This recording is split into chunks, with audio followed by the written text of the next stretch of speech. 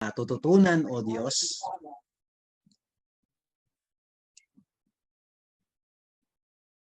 Parati po kaming may matututunan, O Lord God, na patungkol, Panginoon, sa iyo, kung papaano, O Lord God, ang mga salita mo ay natutupad ng na naaayon, O Lord God, sa iyong timeline, O God. Alam namin, Panginoon, ang mga salita mo ay, Lord, totoo, O Diyos, at ito ay makakapangyari katulad, O God, ng mga propesiya nung unang panahon, O God. Ito ay mga natupad, O Lord God. At bawat salita mo, Panginoon, ay tunay na wagas at tunay at maisa sa katuparan, O Lord God, sa takdang panahon mo, O God. Kaya Lord, hayaan mong i-open mo, O God, ang aming mga puso at isipan, ang aming spirito, O Lord God. Alisin mo yung spiritual blindness, Lord, spiritual deafness, O God. At hayaan mo, Lord, na i-allow mo kami na ma-absorb namin, O God, ma-absorb namin ang lahat ng mga ituturo ni Brother Danny, Panginoon. Salamat sa anointing na sa kanya na in-impart mo at may impart niya rin yung knowledge niya sa bawat isa, O Lord God, tonight. Kaya Lord, we claim your holy presence, O God, to be upon each one of us, O Lord God. As what you have said, Lord, na we are the temple of the Holy Spirit. And you live in us, Panginoon. You reside in us, O God. Kaya, Lord, we claim, O God, that every words, O God, will be, Lord, will be apud, Panginoon, into our spiritual body, Panginoon. Kaya marami pong salamat, O God, even bless ang mga kapatid, O God, na maging excited, ganado, Panginoon, parate, O Lord, at sa pag-aaral na ito. Kaya Lord, we honor your presence, O Lord God, that we worship the name of Jesus, the name that is above all name, O God. As what you have said, every knee will bow and every tongue will confess that Jesus is Lord. Kaya salamat, O God, sa pagkakataong ito. And we give you back all the glory, the praises, and the honor. In Jesus' mighty name, amen and amen. Okay. Mga kapatid, bigay ko na kay Brother Danny ang screen. Brother Danny, God bless. Brother Danny.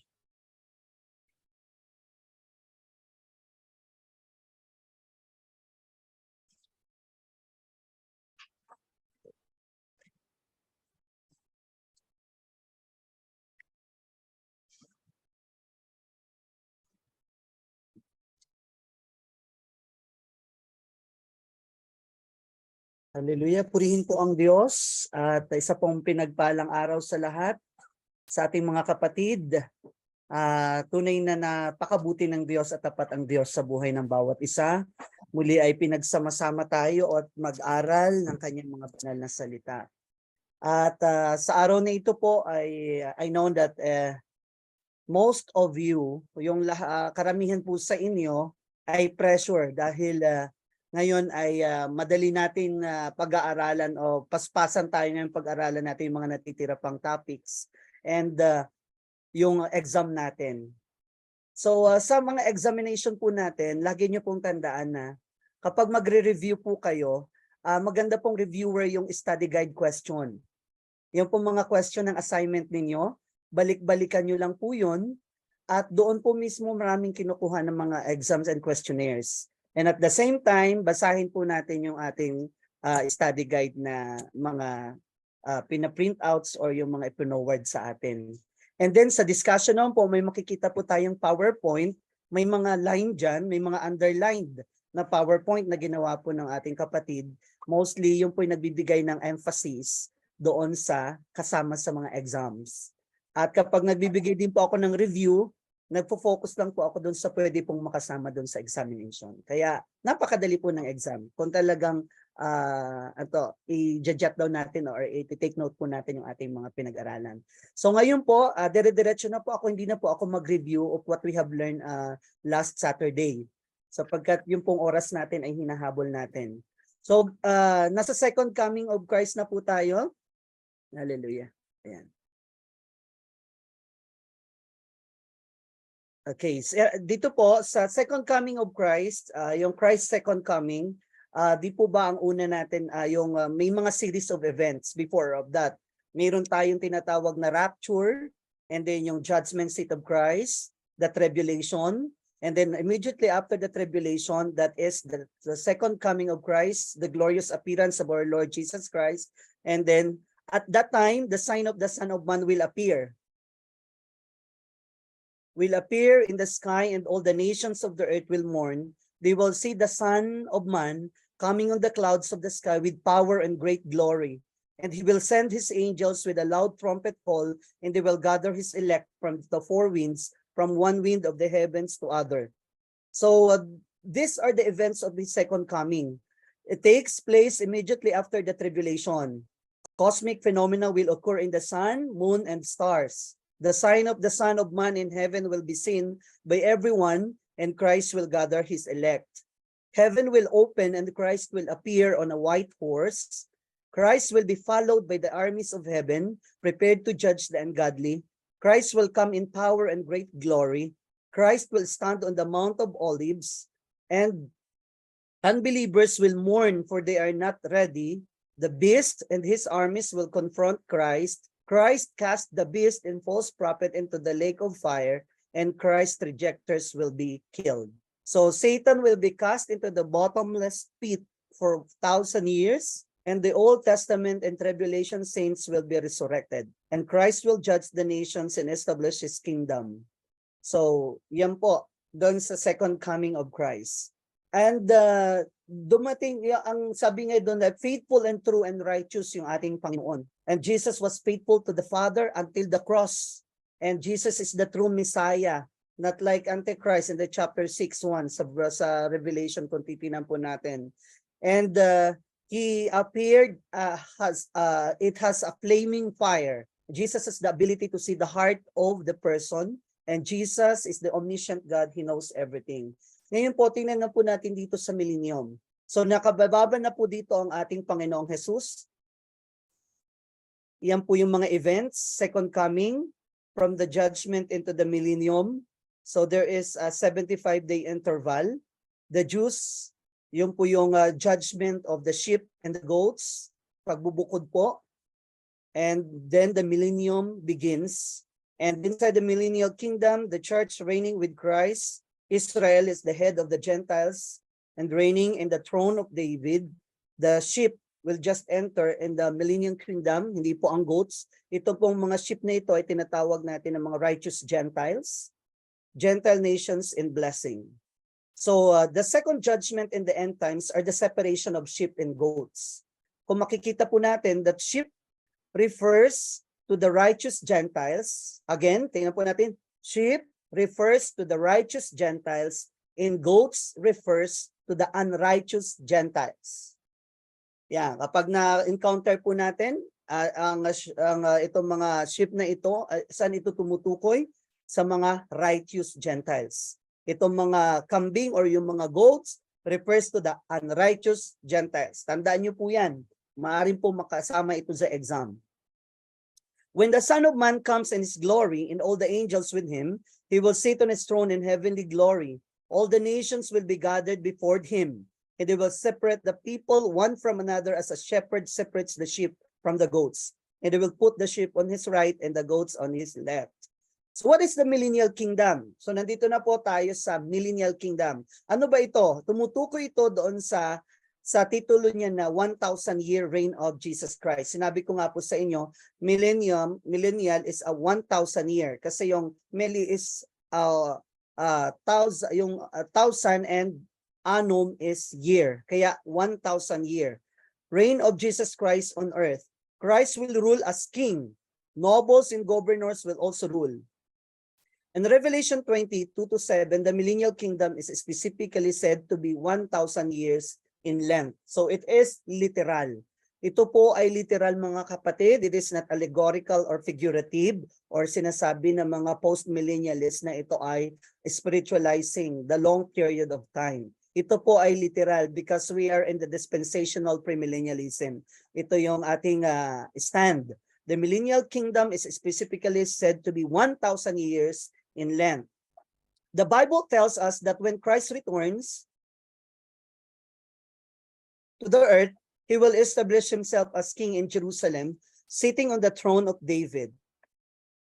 He will be great and will be called the Son of the Most High. The Lord God will give him the throne of his father David, and he will reign over the house of Jacob forever. His kingdom will never end.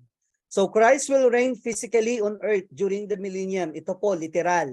The unconditional covenants demand a literal physical return of Christ to establish the kingdom. Kasi po, there are two kinds of covenant, the unconditional covenant and the conditional covenant.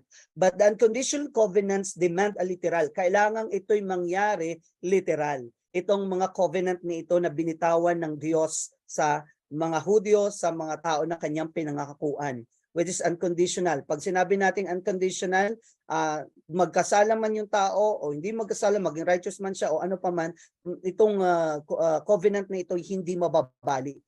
Wala ito, hindi ito conditional. Kaya nga sinabing unconditional. So the fulfillment of many of God's covenants and promises rest on a literal, physical future kingdom. And there's no solid basis for denying the literal interpretation of the millennial kingdom and its duration being 1,000 years. Kaya hindi po maitatanggi na talagang ang pangyayari na dito sa millennial kingdom is a 1,000 years reign of Jesus Christ literally. And these covenants will be fulfilled as Israel is regathered. Yan po, regathered from the nations. Mababasa po natin yan sa Matthew 24 verse 31. And converted, Zechariah 12:10-14, and restored to the land under the rule of the Messiah, Jesus Christ. So ito po, tumutukoy sa mga Hudyo o sa Israel, the nation of Israel. They regathered sa una pong di po ba dun sa unang week or unang taon ng tribulations, the Israelites is regathered as unbelief, and then after noong tribulation, they gathered or they restored as believer. So converted, and they are restored in the land under the rule of Messiah, Jesus Christ. So, and he will send his angels with a loud trumpet call, and they will gather his elect from the four winds, from one end of the heavens to the other. So yan po yun sa Zechariah. So what are these covenants to be fulfilled for Israel during the millennium? So ito pong mga covenant ni ito ay kailangan pong magkaroon ng katuparan. Ito yung matutupad during the time of the millennial kingdom. From Abrahamic covenant to Palestinian covenant to Davidic covenant. So let's see, the Abrahamic covenant promised Israel a land, posterity and ruler and the spiritual blessing. Kung mababasa po natin yung Genesis 12:1-3. So ito'y tumutukoy dito. Bagamat ito yung pagpunta nila doon sa Haran, ito ay isang covenant din ng Diyos kay Abraham na someday or one day he has promised Israel a land, posterity and ruler and a spiritual blessing. And number 2, the Palestinian covenant promised Israel a restoration to the land and occupation of the land in Deuteronomy 30:1-10. So yan po yung Palestinian covenant, promise Israel a restoration to the land and occupation of the land. Kaya kung makikita po natin kanina doon sa nauna natin, yan, regathered, converted, restored. Next is the Davidic covenant, promise Israel a king from David's line who would rule forever, giving the nation rest from all their enemies. So ito pong tatlong covenant na ito, mga kapatid, Abrahamic covenant, Palestinian covenant, and Davidic covenant to be fulfilled for Israel during the millennial kingdom. So ito pong mga katuparan na ito, literally din po yan. So what is the condition during the millennium? Ano po ba yung mga kondisyon o ano yung mga katatayuan or yung environment during the time of the millennium? The Bible speaks of the conditions during the millennium as a perfect, take note, perfect environment, physically and spiritually. The Bible also tells us that only believers will enter the millennial kingdom. Hindi po pwede dito makapasok ang mga unbelievers. Kaya nga po nagkaroon ng judgment, binukod ang goats at ang sheep. So ang sheep, ang righteous Gentiles, and those Israels, lahat ng mga converted, lahat ng mga believers, lahat po ng mga na tumanggap sa Diyos, tumanggap sa ating Panginoon, makakaupunta po sa millennial kingdom. And it will be a time of peace, joy, comfort, obedience, holiness, truth, the knowledge of God, and Christ will rule as King. Yan po ang katatayuan o yan ang pinakang environment ng millennial kingdom. So peace, joy, comfort, obedience, holiness, truth, the knowledge of God. So isa-isa, hindi na po natin ito iisa-isahin. Basahin na lang po natin yan sa Biblia, yung bawat isa na ito. Key events on the millennium. The Christ's second coming, there is a 75-day interval. Beginning of millennium, Christ on Davidic throne. Removal of the curse. Yes, and during the time of millennium, there's a removal of the curse. Millennial temple. Temple sacrifices. And then Satan's last revolt. End of millennium, great white throne judgment. And then eternity. Kung makikita mo natin, there is also a temple sacrifices. Bakit pa ba magkakaroon ng temple sacrifices dito? Ay nagre-reign na nga dito ang ating Panginoong Jesucristo. It is a commemoration or a remembrance na talagang sa panahon na ito, hindi lang naman kasi spiritual body ang titira sa millennial kingdom, kundi ang mga mortal bodies or earthly bodies din na ipapanganak ng mga righteous Gentiles na mortal or ng mga Jews. And then, mayroon din po silang tendency pa na magkasala. And ito ay magbibigay sa kanila ng remembrance or commemoration na talagang mayroong kahinatnan ang pagkakasala, mayroong sacrifices, mayroong pag-aalay. Ito ipinakikita lang sa kanila, katulad ng pagpapakita ng ginagawa po natin ngayon na Last Supper, na talagang namatay ang ating Panginoon at muling nabuhay para sa atin. So it's just kumbaga pinapakita lang dito a remembrance, pero hindi na dito yung katulad nung sa law, yung sa Old Testament time na nag-aalay sila ng mga hayop kung ikaw ay nagkasala just to cover your sins, because it's already kumbaga lahat na ng kasalanan dito ay napawin na ng ating Panginoong Jesucristo. Kaya ito ay parang pakita lamang doon sa mga mabubuhay dyan na mortal. What will happen during the millennium? The millennial kingdom will be the divine rule of heaven upon earth. Christ will rule with a rod of iron. Kaya pag sinabi po nating rod of iron,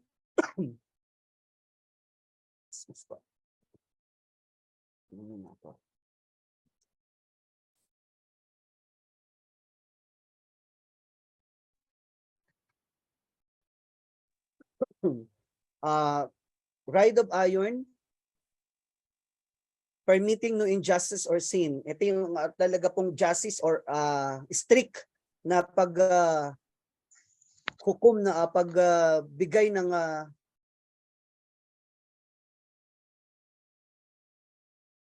permitting no injustice or sin. Authority. Ito yung complete authority sa kapamahalaan ng ating Panginoon. So Jerusalem will be the center of the kingdom. Isaiah 2:1-4, and the disciples will reign with Christ. Israel will be in its land, sharing the glory of Christ and its rightful king.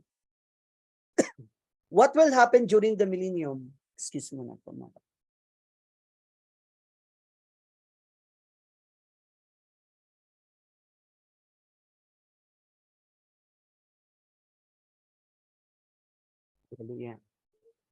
The millennial kingdom will be the divine rule of heaven upon earth. Christ will rule with a rod of iron. Jerusalem will be the center of the kingdom, and the disciples will reign with Christ. Israel will be in its land, sharing the glory of Christ and its rightful king. Sa Matthew 19:28 po yan. Jesus said to them, I tell you the truth, at the renewal of all things, when the Son of Man sits on his glorious throne, you have followed me will also sit on 12 thrones, judging the 12 tribes of Israel. So there will be peace on earth among men and animals. Each person will be suited to his or his best job, and perfect efficiency and joy will fill the earth. Kaya nga po yung mga venom ng mga cobra na yan, yung mga layo, yung mababangis na hayop, ay magiging mga kalaro na po ng mga bata yan. Hindi na po sila masasabi na talagang mababangis, sapagkat sa panahon na ito tinanggal na po yung curse doon sa mga mangyayari po dito or sitwasyon dito sa millennial kingdom. And since these human beings on earth are still human, apart from the church and resurrected saints who have glorified bodies, children will be born with sinful natures. Ayan. Di po ba, nabanggit po natin kanina that the millennial kingdom is a perfect environment. But since ang occupants po ng millennial kingdom may immortal or spiritual glorified bodies or mortal or earthly bodies, itong mga earthly bodies na to ay manganganak pa. And at itong mga anak na ito ay may tendency pa pong ma-deceive or magkaroon ng pagkakasala. So bagamat po sa panahon na ito, nakagapos ang Satan dito ang 1,000 year, but still as human nature, talaga pong mayroon pong may mangyayari pa pong pagkakasala, bagamat ito po ay perfect environment. The cow will feed with the bear, their young will lie down together, and the lion will eat straw like the ox. Di po ba ang lion sa panahon ngayon? Dumikit ka lang, nako, may kalalagyan tayo. Pero ang sa panahon na yan, ang mga leon ay kakain na lang ng mga damo, mga halaman. The infant will play near the hole of the cobra, and the young child put his hand into the viper's nest. Parang laruan na lang po nila yan. They will neither harm nor destroy on all my holy mountain, for the earth will be full of the knowledge of the Lord as the waters cover the sea. So, parang napakaganda po nun, ha? Parang yung mga cobra, pet nyo na lang. Parang sa panahon na yun, wala na pong mga lala o tinatawag natin poison or venom, yung mga mababangis na hayop. All your sons will be taught by the Lord, and great will be your children's peace. In righteousness you will be established. Tyranny will be far from you. You will have nothing to fear. Terror will be removed. It will not come near you. Be far. Ayan. At the close of the millennium, many people will still give only outward obedience to Christ, but will not submit to Him from the heart. One of the main purposes of the millennium is to prove conclusively that mankind cannot be changed, even under a perfect rule in a perfect environment. For at the end of the 1,000 years, Satan will be able to muster a huge army to rebel against Christ. If people are not changed by the grace of God, nothing else will change them. Talaga pong may katigasan ang tao at sa biyaya ng Panginoon, hindi pa rin sila nabago. Wala na pong pwedeng magbago sa kanila. Ang environment po ay bagamat perfecto, pero likas na sa tao na gumawa ng pagkakasala. So dito po sa Millennial Kingdom, yung mga mortal bodies dito na ipinanganak during the time, mayroon pong maaari pong magkasala pa sila. The saints will reign with Christ as kings and priests and will serve Him in various capacities during the millennium. Our faithfulness to Him today will determine the extent of our glorious responsibilities during the kingdom age. Ito pong it's the parable of the talents. Yan po. Basahin na lang po natin yan. Who will occupy the millennial kingdom? Those with glorified bodies. Ano po itong mga glorified bodies na ito? Ito po yung mga spiritual bodies or ito po yung hindi mortal o glorified. The church will receive glorified bodies at the rapture. Ito po yung mga na-rapture na church, mga overcomers.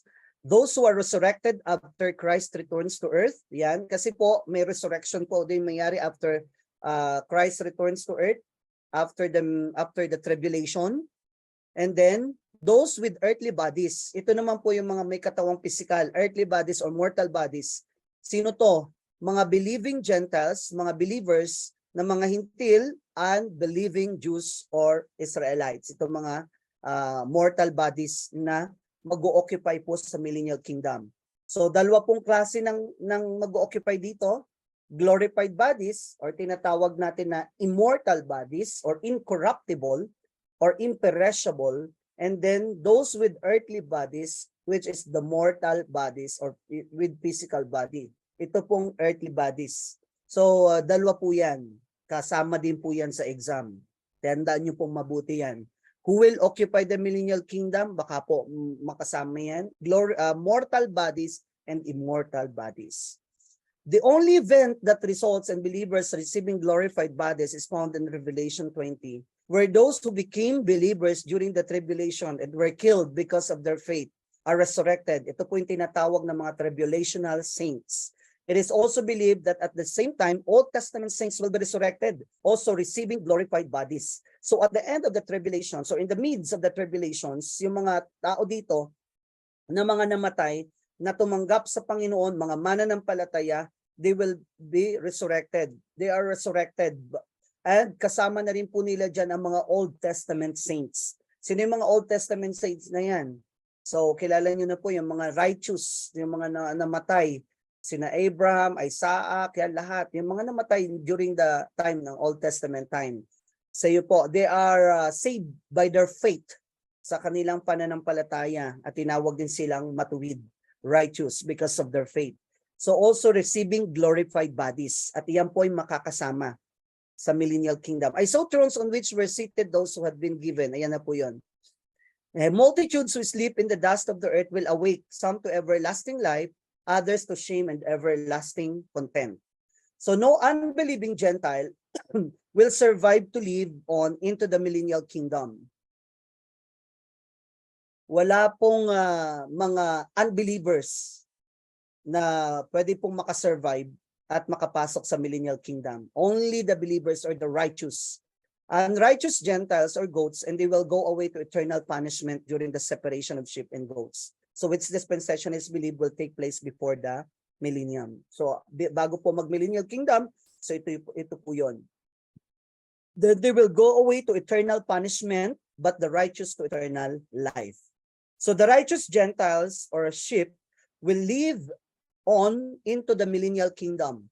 They will give birth to children and will populate the earth.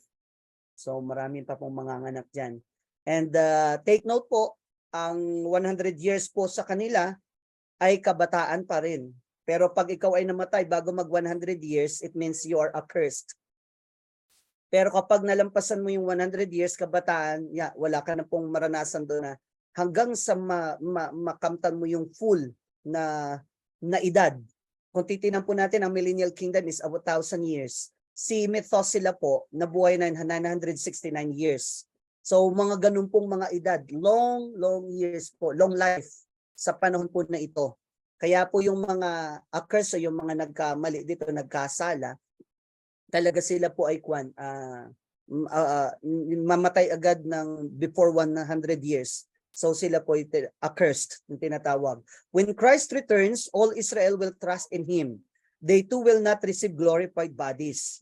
They also will have earthly bodies and will produce children during the millennial kingdom. Yan. Hindi lang po yung mga righteous Gentiles ang magkaroon ng panganak sa panahon nito, maging yung mga Israel po na nagtiwala. Mga Israel po na hindi naka-receive ng glorified bodies, yung mga buhay po na pumasok sa millennium. And ito po, ayan, tapos na yung millennial kingdom. Praise God. Satan!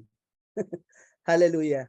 Ito po, mayroon pong separate study about dito po, demonology sa Satan and Satan po, na kung talagang i-deeper po natin na pag-aaral nito, yung kanyang simula hanggang sa kanyang katapusan sa demonology po, katulad din po ng angelology. So dito muna lang po tayo focus sa ating pong PowerPoint. Satan or adversary. Kasi po yung Greek word talaga po ng Satan is Satanas.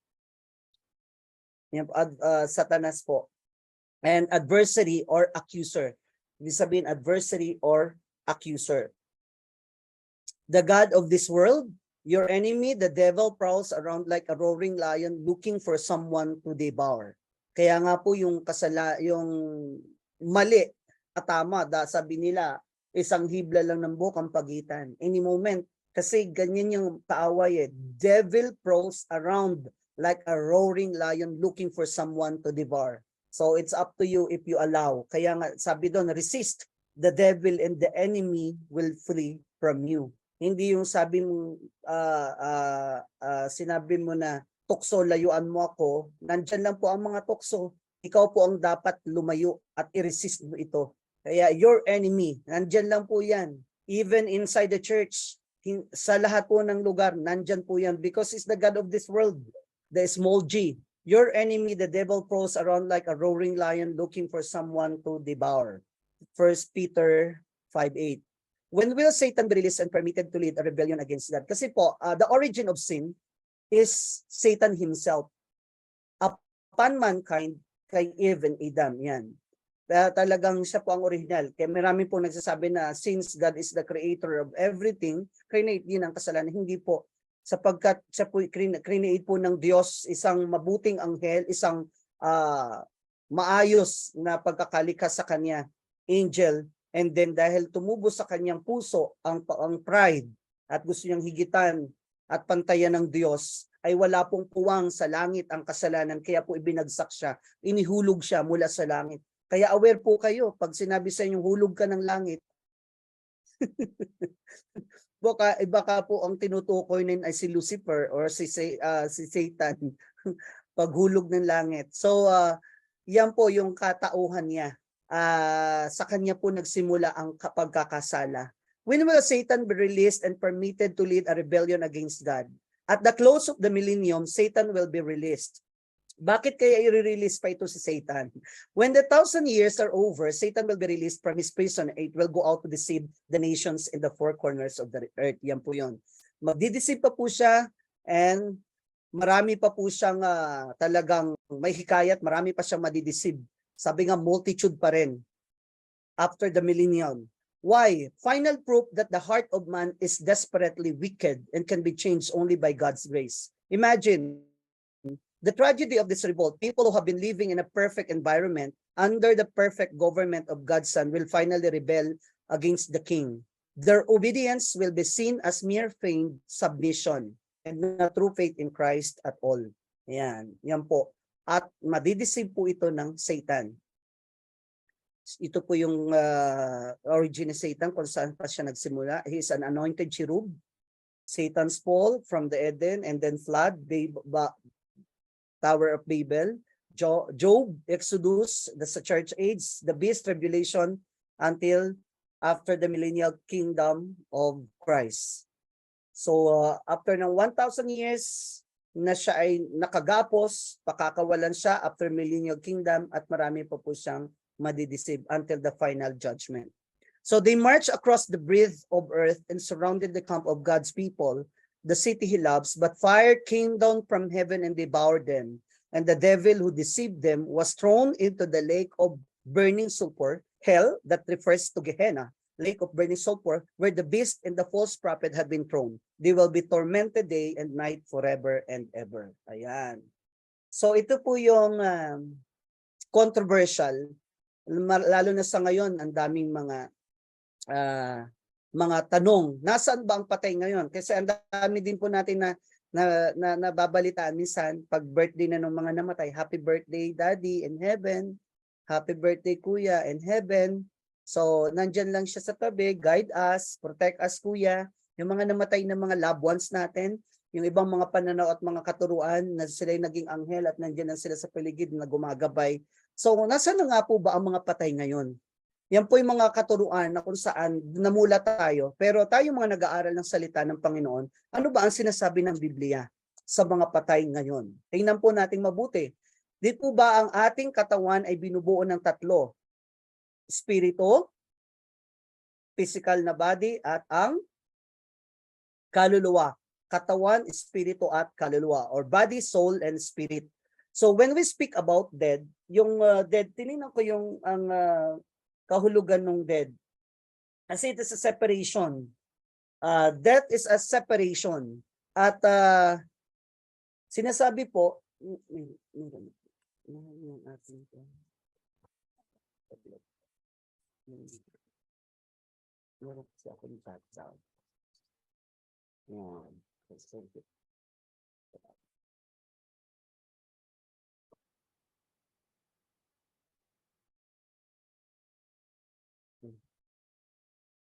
one question many people ask, where are the dead now? Okay, tingnan po natin mabuti kasi ito po ay naging issue or naging tanong ito or topic natin ito ng mga nakaraan. At ito po ngayon, sasagutin na natin dito sa ating pag-aaral.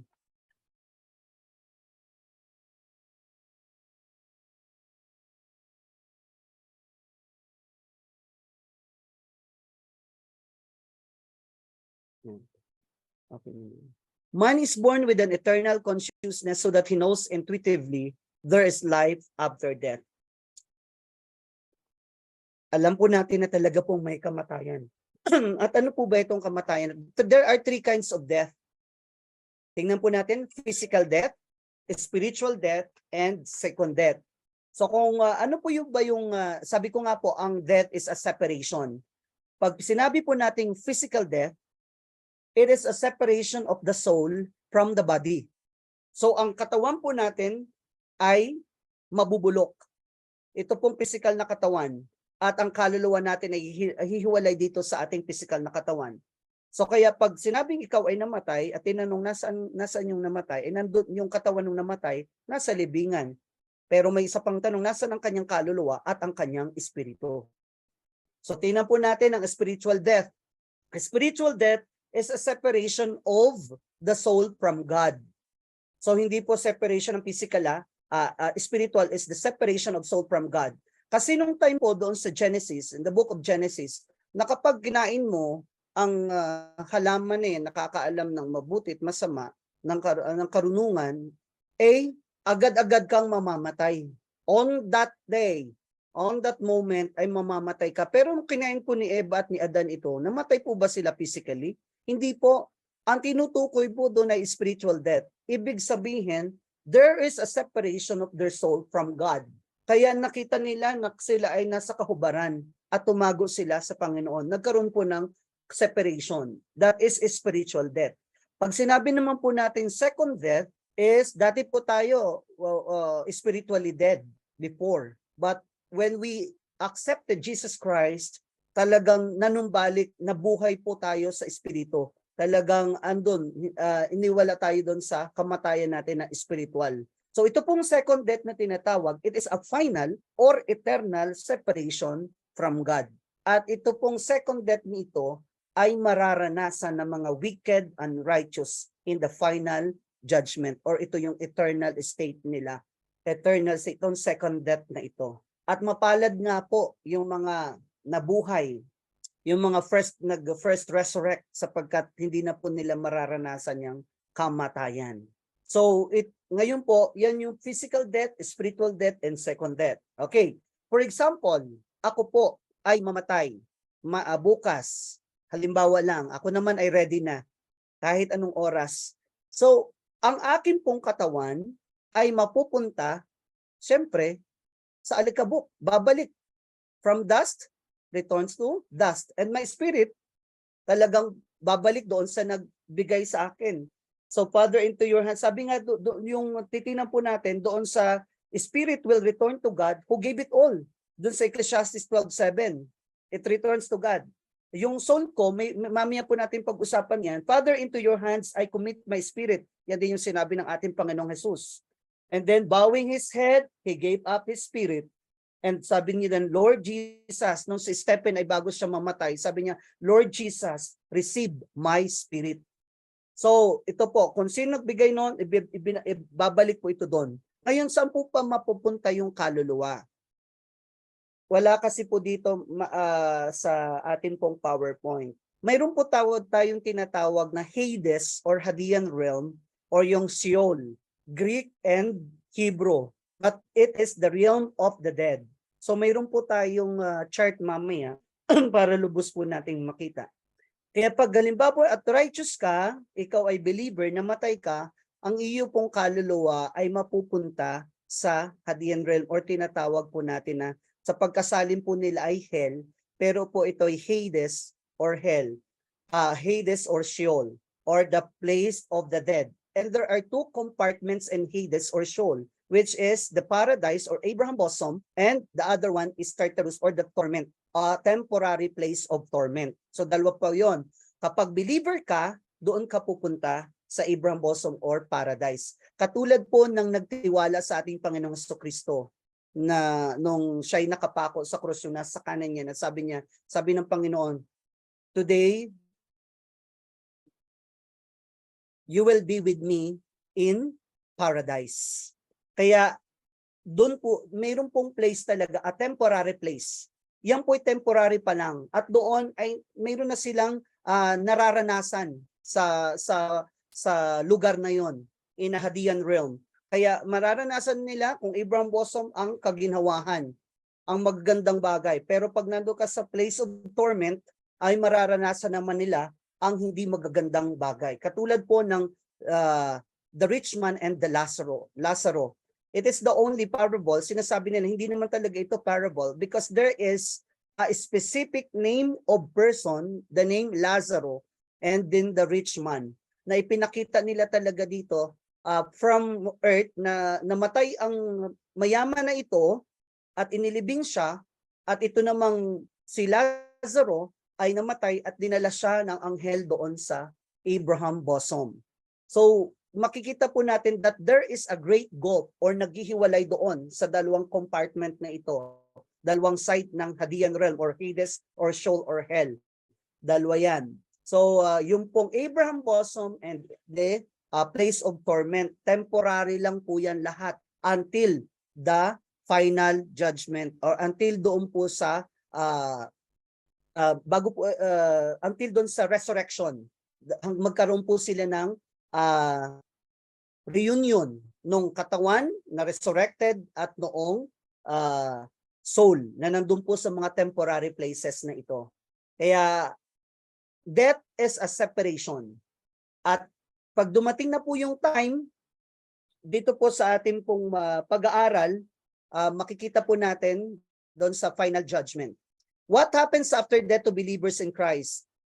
Soul spirits are taken to heaven because their sins are forgiven by having received Christ as Savior. For believers, death is to be away from the body and at home with the Lord. At talagang po sa mga mananampalataya, at home with the Lord.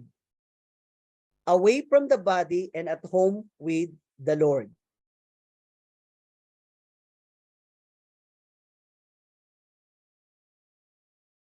If believers go to be with Christ immediately after death, kung titinan po natin, what is the purpose of the resurrection? It seems that while the soul spirits of believers go to be with Christ immediately after death, the physical body remains in the grave, sleeping. At the resurrection of believers, the physical body is resurrected, glorified, and then reunited with the soul spirit. This reunited and glorified body, soul spirit, will be the possessions of believers for eternity in the new heavens and the new earth. Ayan.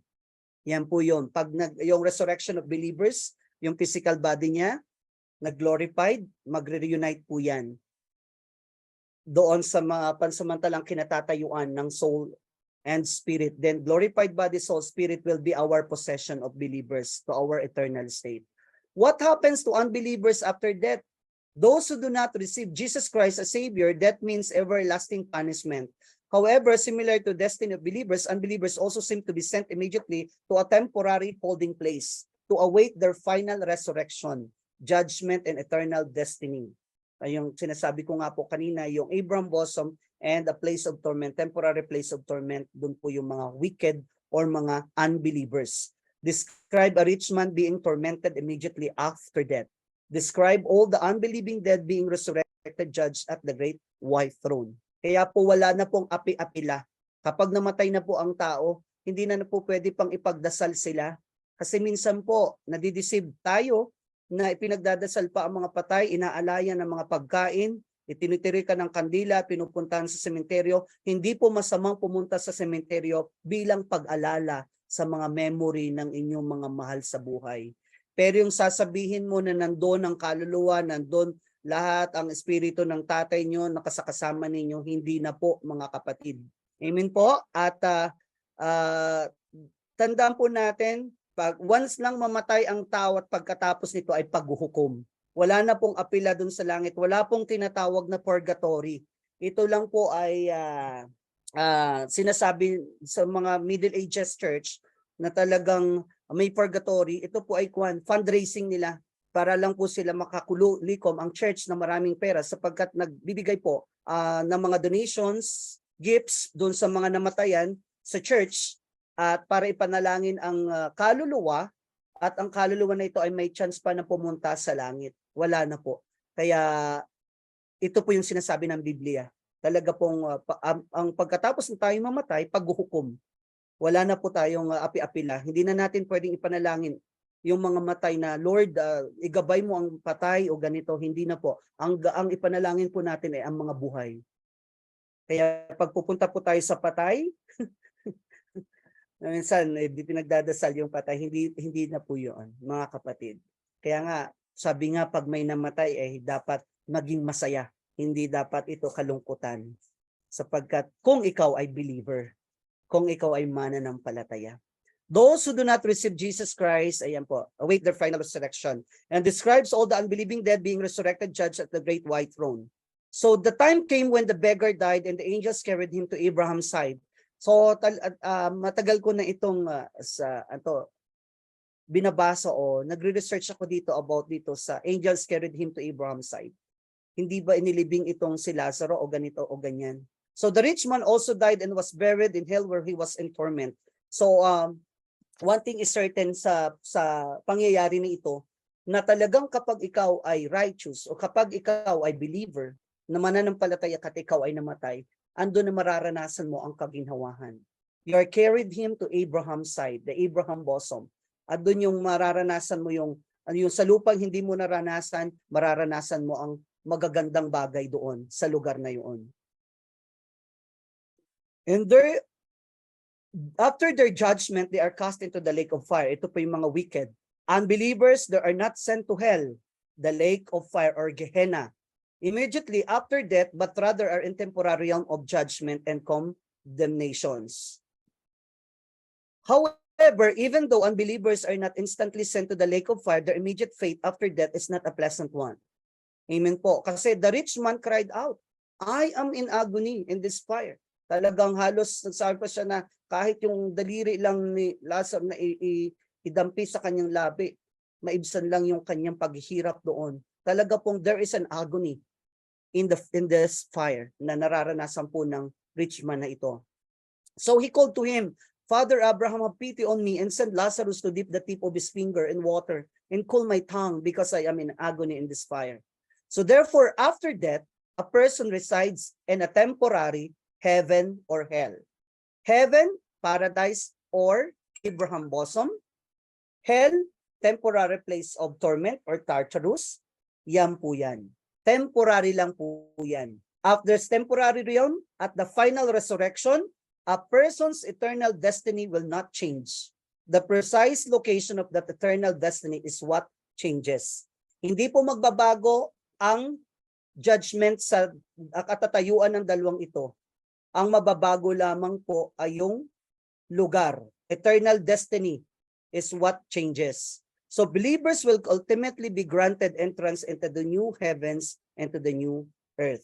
Then I saw a new heaven and the new earth, for the first heaven and the first earth had passed away, and there was no longer any sea. Ito po yung kinuha ko. Pinanood ko po ito, matagal ko na po itong pinag-aaralan. Kay yung, sino nga mahal yung isa natin pinapanood na Church of Christ in American, ang pangalan niya. Siya nagturo nito Where do we go when we die? So the word, so we have the saved and the lost. And there is a narrow gate. Si David Jeremiah, iba yun. Isa yun sa death, narrow gate, and wide gate. So mararanasan ng tao ang kamatayan. At saan mapupunta nga po ang katawan? Siyempre sa libingan, mabubulok ito, babalik sa alikabok. At hanggang sa dumating ang resurrection. Pero yung kaluluwa, mapapunta po siya dito sa Sheol or Hades or place of the dead. So there is paradise and torments. So two compartments po ito. And there is a great fixed gulf. Mayroon pong naghihiwalay dito kaya hindi pwedeng lumipat ka dun sa paraiso. Dito sa paradise, lilipat yung isa dun sa torment. There is a great fixed gulf. And then, in the resurrection, magkakaroon po ng reunited of the body, yung glorified bodies, doon sa soul and spirit. And then there is a judgment day, you will be rewarded and condemned. So kung ikaw ay righteous at ikaw ay believers, ikaw ay papupunta sa langit. Doon sa eternal state mo na kalalagyan. At kung ikaw naman ay wicked, unrighteous, and unbelievers, ayan po, punta ka sa hell. And this is your eternity, eternal judgment, or your second death. Resurrection. The Bible is clear that resurrection is reality and this life is not all there. While death is the end of physical life, it is not the end of human existence. Kasi po sa resurrection, tingnan po natin mabuti, the Bible teaches that there will be not one resurrection, but series of resurrection. Some to eternal life in heaven and some to eternal damnation. The resurrection of Jesus Christ, the resurrection of the dead believers in Christ during the church age will occur at the time of the rapture.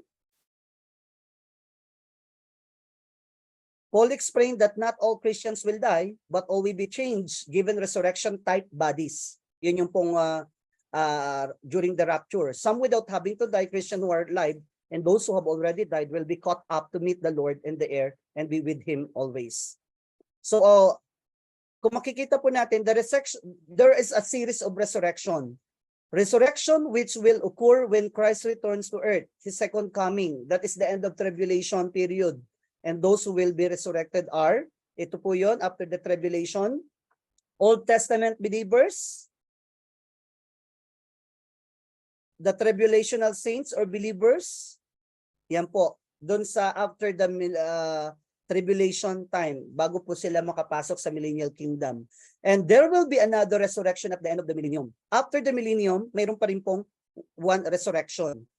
Is implied but never explicitly stated in scripture. Kasi there is a resurrection for those believers who died of disobedience during the millennium.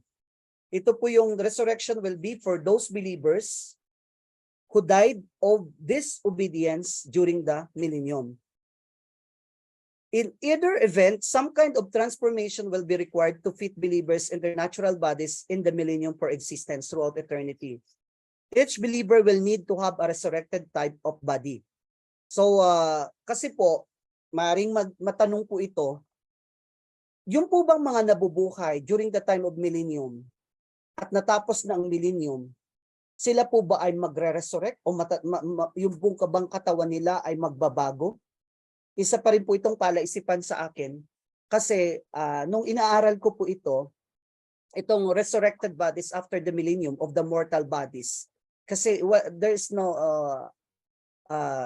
indications or wala po tayo makita doon sa Biblia na itong mga mortal body after the millennium na buhay pa, na mortal yung earthly body nila, ay magkaroon sila ng resurrection. Ito yung mga righteous for example, mga righteous po, magkaroon sila ng another series of resurrection. Kasi after the millennium, yung resurrection dito ay tungkol sa mga wicked. Yung mga wicked sa lahat ng mga unbelievers, idolaters, lahat yon for the wicked. So type of body, ano ba yan? Ngayon po, mayroon akong isang i-forward lang din po lang sa inyo, hindi ko po ito ngayon i-discuss, isa pong pag-aaral at ito po biblical tungkol dun sa mga mortal bodies during the time of millennium, after the millennial kingdom. Ano yung kanilang katatayuan bago sila pumunta sa eternal state nila into heaven, the new heavens and new earth and the new Jerusalem. Mayroon po akong i-forward na katuruan po sa inyo and ito po ay inaral ko din. So after po ng topic na ito, i-forward ko na lang po sa group. Hindi ko po ito ma-discuss ngayon sapagkat wala po tayong oras. Paul has made it clear that the flesh and blood, which is mortal and able to decay, cannot inherit the kingdom of God. Ito po yung sinasabi dito. Kaya yung mga mortal bodies nito, ano yung mangyayari? Na mayroon naman po silang blood and flesh. Hindi sila immortal, hindi sila po glorified bodies. Ano po yung katatayuan nila? So kaya magbabase lang po tayo doon sa Biblia sa Revelation chapter 22. Nandun po yon. The eternal kingdom is inhabitable only by those with resurrected glorified bodies that are no longer mortal and are not able to decay. But for the meantime, dito muna po tayo mag-focus sa kung ano ang nandito sa ating PowerPoint at baka po masama sa inyong exam, ano ang mangyayari doon sa mga mortal bodies na during the time of millennium, after ng millennial kingdom. So may tanong po na ganyan, baka po may encounter ninyo. So there will be resurrected type of body. The resurrection for all the unbelieving dead of all ages described by Daniel's awakening from the dust of the ground to disgrace and everlasting contempt. It is described by Jesus' resurrection of judgment. Jesus Christ will raise them from the dead after the millennium and after the destruction of the present earth and the universe. Ayan po yan. The first 4 resurrection mentioned here are resurrection to life. Take note, there is a series of resurrection. At yung first 4 resurrection, yung tinatawag natin na first resurrection. Kaya nga sabi ng mapalad yung mga nag-resurrect, mga unang nag-resurrect at hindi na nila mararanasan ang kamatayan. The 5th or the last mentioned here is called by the Bible second resurrection. So yung pong 1 to 4, yung first 4 resurrections, those are the first resurrections. And the 5th or the last mention is called the second resurrection, resurrection to death. Para po sa eternal judgment, eternal state nila na lake of fire. For the Bible, there are 2 kinds of resurrection, namely resurrection to life and resurrection to death. The Great White Throne Judgment, we have the Book of Life, Books, Man's Work, and the Lamb's Book of Life. At kapag ito po, di po ba, ang Sheol and Hades, iluluwa niya lahat ang mga namatay, ang mga patay doon, at i-judge sa harap sa Panginoon. At itong the Book of Life, kapag hindi po nandun ang inyong pangalan, ay meron tayong kalalagyan. So Lake of Fire and Lamb's Book of Life. Ito pong the Book of Life and Lamb's Book of Life ay magkaparehas lang po. And Books of Man's Work, ito naman po yung mga gawa. I-open, sabi nga nila may pag-aaral din sila na Book of the Dead. Ito yung mga nakalista din doon yung mga gawa ng mga wicked, ng mga unrighteous o mga unbelievers na kung saan doon ang pagbabasehan ng kanilang punishment, yung levels of punishment nila in the lake of fire. So yun sa Book of Man's Works, makikita din po nila yun doon. And I saw the dead, great and small, standing before the throne. Books were opened, another book was opened. Kaya po, there are books. Another book was opened. Sabi, and books were opened. Another book was opened. Kaya nag-come up sila that there is also a book of death. Kung sa mga ancient theology or ancient times in Egyptian, they have books of death. Pero dito, ang atin pong ibabanggitin lang ay kung ano ang nakalagay. Book of Life and Book of Lamb's Book of Life. Nothing impure will enter it, nor will anyone who does what is shameful or deceitful, but only those whose names are written in the Lamb's Book of Life. Amen. So, banggitin nga po natin ang ating mga pangalan, mga kapatid. Yung totoo natin pangalan, wag po yung EKA or yung alias natin. Ang mga pangalan na yan, in the name of Jesus, was already written in the Book of Life. In Jesus' name. Amen po? At nawa, hindi na po ito mabura. Hindi po ito mabura. The Great White Throne Judgment is the final judgment prior to the lost being cast into the lake of fire. Yung pong dalawa nating judgment na binigyan ng emphasis dito, since there's a lot of judgment from the Old Testament to the New Testament, yung judgment seat of Christ na tinatawag is for the righteous or for the believers. And Great White Throne Judgment is the final judgment to those unbelievers, yung mga di mananampalataya, mga wicked at mga unrighteous. Ito po yun, in the lake of fire or the Gehenna.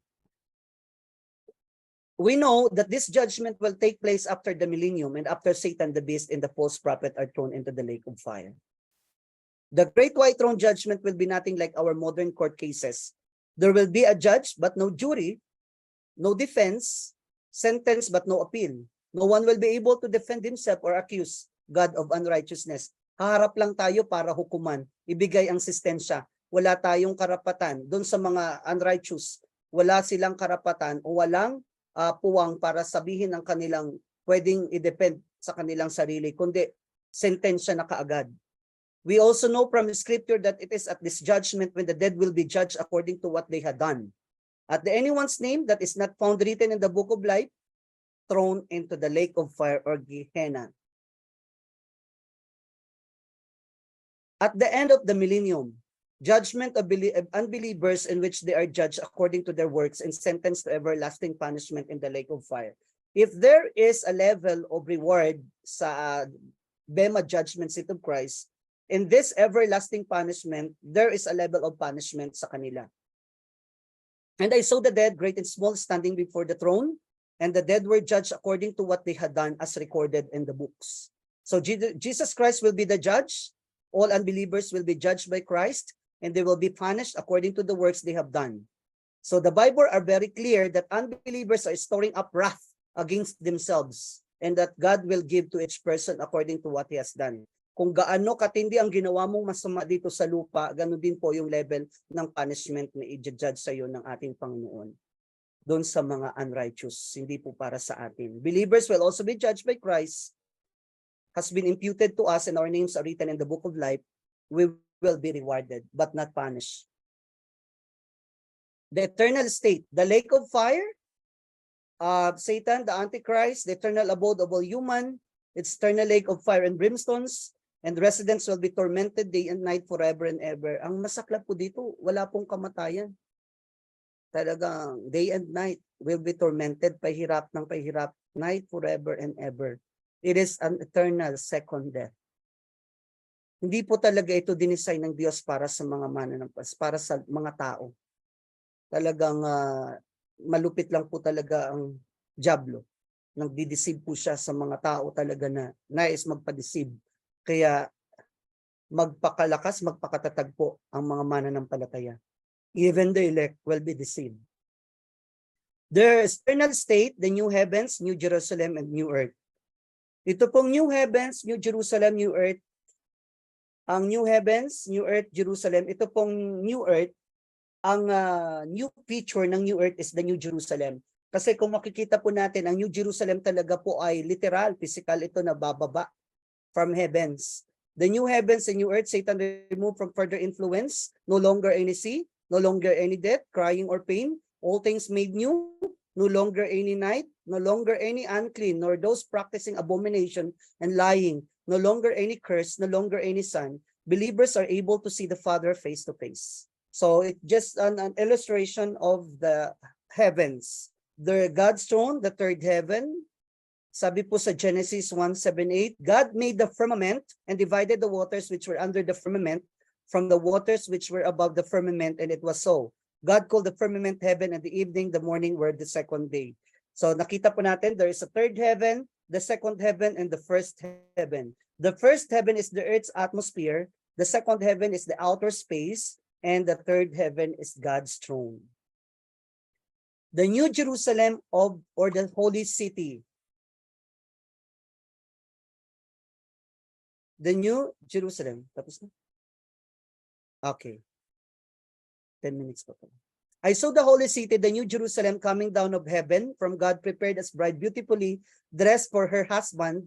And I heard a loud voice from the throne saying, now the dwelling of God is with men, and he will live with them. They will be his people, and God himself will be with them and be their God. He will wipe every tear from their eyes. There will be no more death, nor mourning, or crying pain, for the old order of things has passed away. So the New Jerusalem or the Holy City is not the bride of Christ. Ang bride of Christ is the church. Di po ba church? The images of the church is the body of Christ, the building of Christ, and the bride of Christ. And out of the body of Christ, we have the bride of Christ, which is the overcomers. Ito pong New Jerusalem or the Holy City, kasi marami po nag-interpret ng New Jerusalem is the bride of Christ. Hindi po. The bride of Christ is the church. In that New Jerusalem, andun po yung the body of Christ, the bride of Christ. I heard a loud voice and sabi dito, God himself, they will be his people, and God himself will be with them and be their God. New Jerusalem coming down of heaven from God, prepared as bride, beautifully dressed for her husband. Kasi sino po ba ang occupants ng mga New Jerusalem na ito? Is the church, the body of Christ, the bride of Christ, beautifully dressed, prepared for her husband. Kaya hindi po yung New Jerusalem, itong New Jerusalem na ito po, hindi po ito bride of Christ. Ang bride of Christ po is the overcomer church. Yung mga church, the church na nag-overcome. So yan po yung bride of Christ. And end times prophecy, rapture, ayan po, ito po yung pinakang summarize na pag-aralan po natin sa end times. Eschatology, resurrection of the dead in Christ, snatching away of the church, judgment seat of Christ, tribulation, great tribulation, marriage of the Lamb, second coming of Christ, armies of heaven, judgment of the nation, cleansing of the temple, separation of sheep and goat, Satan bound for 1,000 years, Christ established his millennial kingdom, Christ on the Davidic throne, perfect environment, both spiritual and physical, resurrection of the tribulation saints, Satan released one last time, then the final rebellion, Satan cast into the lake of fire, sunod-sunod po yan ha, the great white throne judgment, the acknowledgement that Jesus Christ is Lord, the new heavens and the new earth, the holy city, New Jerusalem comes to earth, and heaven described.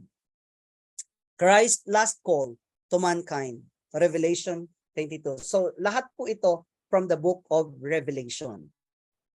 So the book of Revelation is the last book of the Bible. No more books were ever created or were to be added. Kaya careful, no more prophecy is required, nor anyone claim that he or she is the prophet of God to stand up and say, thus says the Lord. Bakit? All prophecies po was already written. At ito pong book of Revelation is the last book of the Bible. No more books were ever created or were to be added. Na nangusap ang Diyos sa tao na ito para isulat ang mga propesiya pa sa panahon natin ngayon. Lahat po ay naisulat, lahat po ay naitala na, at ang iba po ay na-fulfilled at ang iba ay mapupulfilled pa. And gives new revelation about what's going to happen at the end times. This is why God wants us to read and understand the book of Revelation. And Revelation 1:3, blessed is he who reads and those who hear the words of this prophecy and keep those things which are written in it, for the time is near. Yan po yung sinabi doon sa Revelation 1:3. And the last verse of the book of Revelations and Revelation chapter 22, verse 21, the grace of our Lord Jesus Christ be with you. Amen.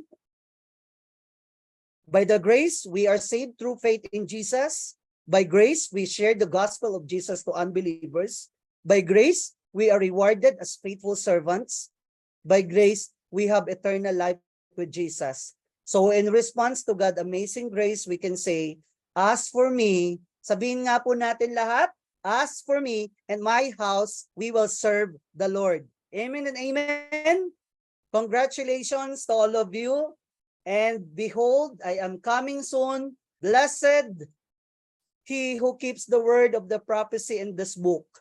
Now unto the King eternal, immortal, invisible, the only wise God, be honor and glory forever and ever. Amen. Palakpakan po natin ang Lord. Amen. Hallelujah. Praise God. Praise God. Hallelujah.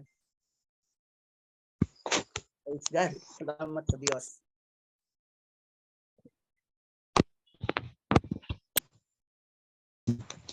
Thank you, Brother Dai. Thank you.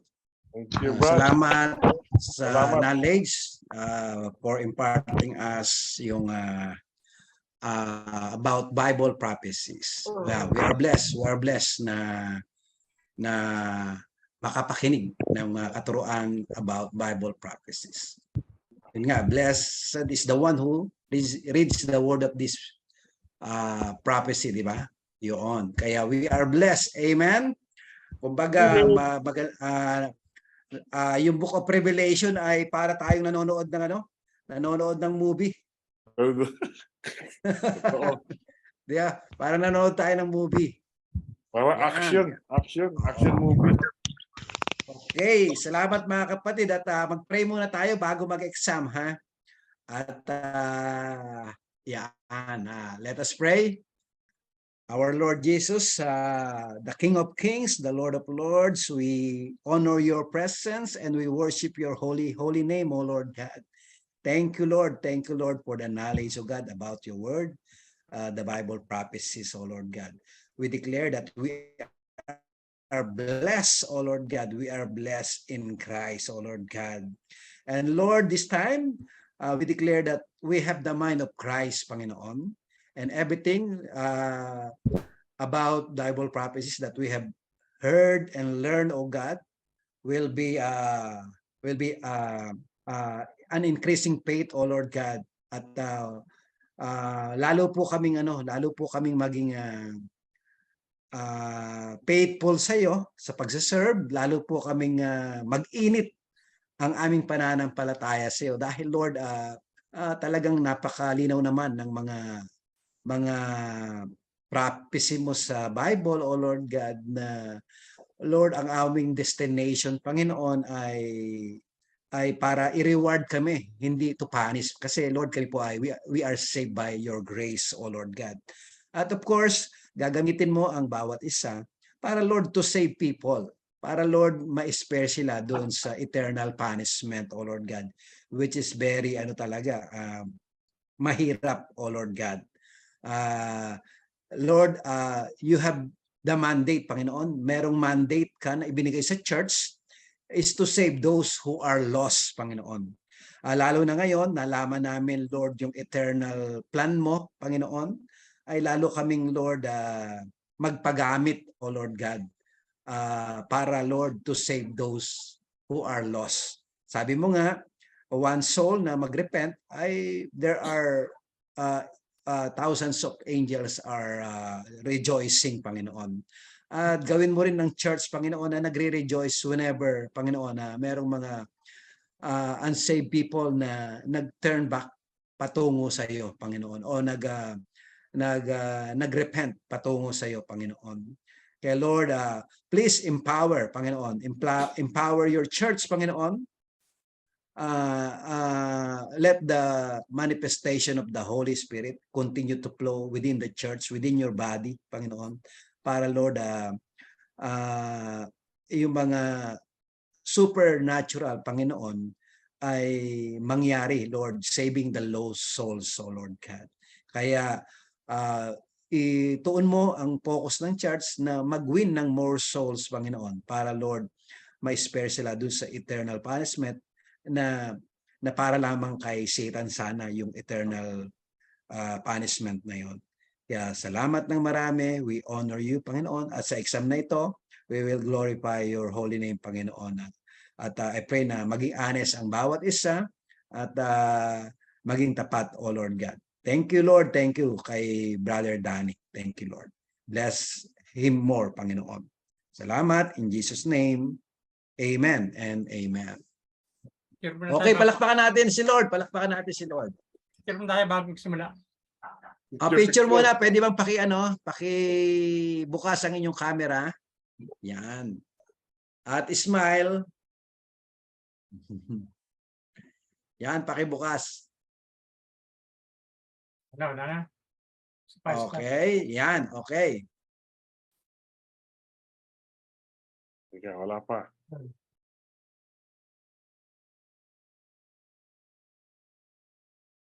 Okay. Okay na? Yeah. Yan, okay. Kaya sila, yung iba kasi wala dahil may mga church activity. Katulad sila Bishop, meron silang activity. Tapos ang Abu Dhabi, wala rin. May mga activities din sa church. Kaya wala sila. Pero of course, panonoorin nila yung recorded na teaching nito and then mag-e-exam sila. So, good luck mga kapatid. God bless sa inyong examination. Ready na yung exam. Pastor Win, okay na? Start. Pwede na daw mag-start. Meron tayong isang oras. Ay, Pastor Win, can I give at least one bonus for the nag-persevere na nakatapos ngayon? Yung nandito po ngayon, yung lahat na talagang nakatapos, isa lang pong bonus, Pastor Win. Okay lang po ba? At sila bakit? Bakit hindi? Okay. Diba bibigyan? Yung present ngayon, yung present. Yung present ngayon lang po. Yung present ngayon. Kailangan ko yung listahan ng mga present, lalo na sa Bulinaw. Tsaka dun sa Polanco. Polanco. So, si mga present nandyan, sabihin sa yung mga pangalan. Okay, salamat. Salamat, Pastor Win. Okay, pwede na po mag-umpisa. Salamat. Okay, God bless you all. God bless you all.